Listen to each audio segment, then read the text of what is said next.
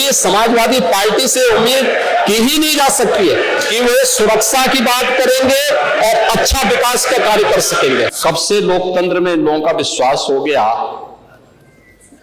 इनके मुंह से ये शब्द शोभा नहीं देते हैं। अध्यक्ष जी, समाजवादी पार्टी और लोकतंत्र ये नदी के दो अलग अलग छोर हैं। इनका अरे सुनिए ना, में कब से विश्वास हो गया है, कब से लोकतंत्र में लोगों का विश्वास हो गया, इनके मुंह से ये शब्द शोभा नहीं देते हैं।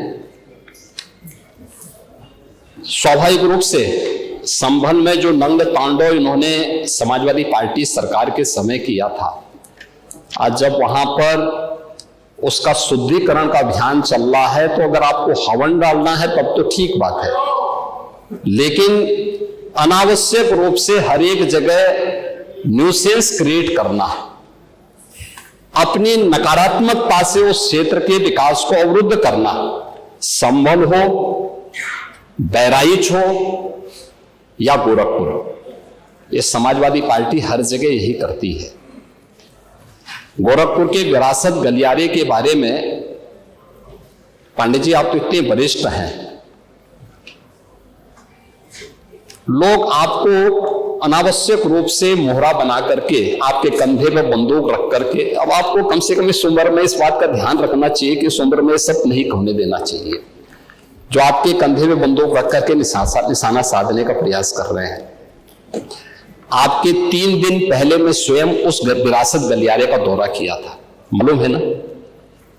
मैं एक व्यापारी से बात किया था और बातचीत करके, वो गोरखपुर की सबसे पुरानी मंडी है, आप तो गोरखपुर में पढ़े भी हैं, और सबसे पुराना बाजार है, लेकिन कंजेशन होने के नाते, अवैध कब्जा होने के नाते वहां पर उस कंजेशन को दूर करके आज सड़क बनाई जा रही है।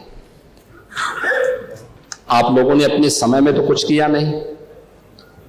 वहां के मासूम बच्चे दम तोड़ते थे बीमारी से, इंसेफ्लाइटिस से 700 से लेकर 1500 बच्चों की प्रतिवर्ष मौत होती थी।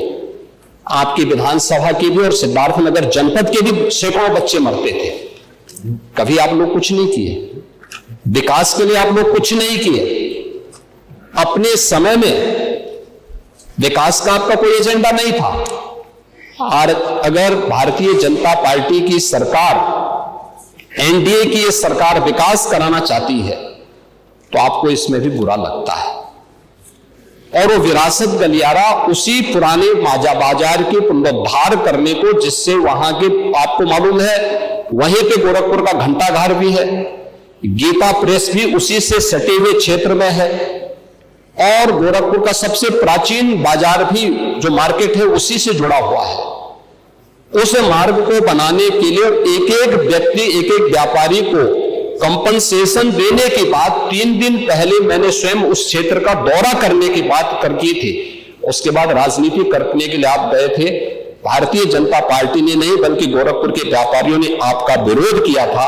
क्योंकि विरोध इसलिए भी किया था क्योंकि केवल वहीं का व्यापारी नहीं, प्रदेश भर के व्यापारी में समाजवादी पार्टी की चारों सरकारों के समय में जो भय और दहशत था, जो उनसे गुंडा टैक्स वसूली किया जाता था, उसके कारण व्यापारियों में आपके प्रति जो आक्रोश है, बार बार उसका खामियाजा समाजवादी पार्टी को भुगतना पड़ा था। और व्यापारी इसी बात को लेकर आशंकित थे कि उनके विकास के लिए कोई कार्य हो रहा है, उसमें फिर विघ्न बाधा पैदा करने के लिए आप गए होंगे। और व्यापारियों ने इस चीज का विरोध किया था कि भाई आप वहां बिना बुलाए मेहमान आकर के टपक पड़े हैं, विघ्न बाधा पैदा कर रहे हैं, ये नहीं होना चाहिए।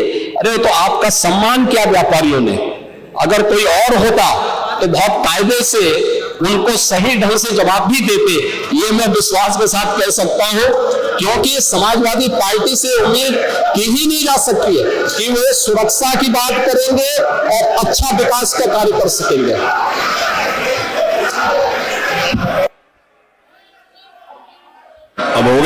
समाधान हो गया नहीं हुआ?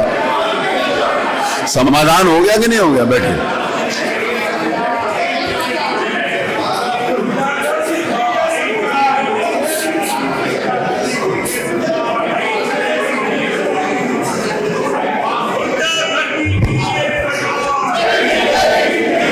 चलिए प्रश्नकाल होने दीजिए। चलिए अपने स्थान के ऊपर बैठिए। माननीय अध्यक्ष जी, प्रश्नकाल होने दीजिए। बहुत सारे इंपॉर्टेंट इशू हैं जो आप उठाना चाहते हैं आज।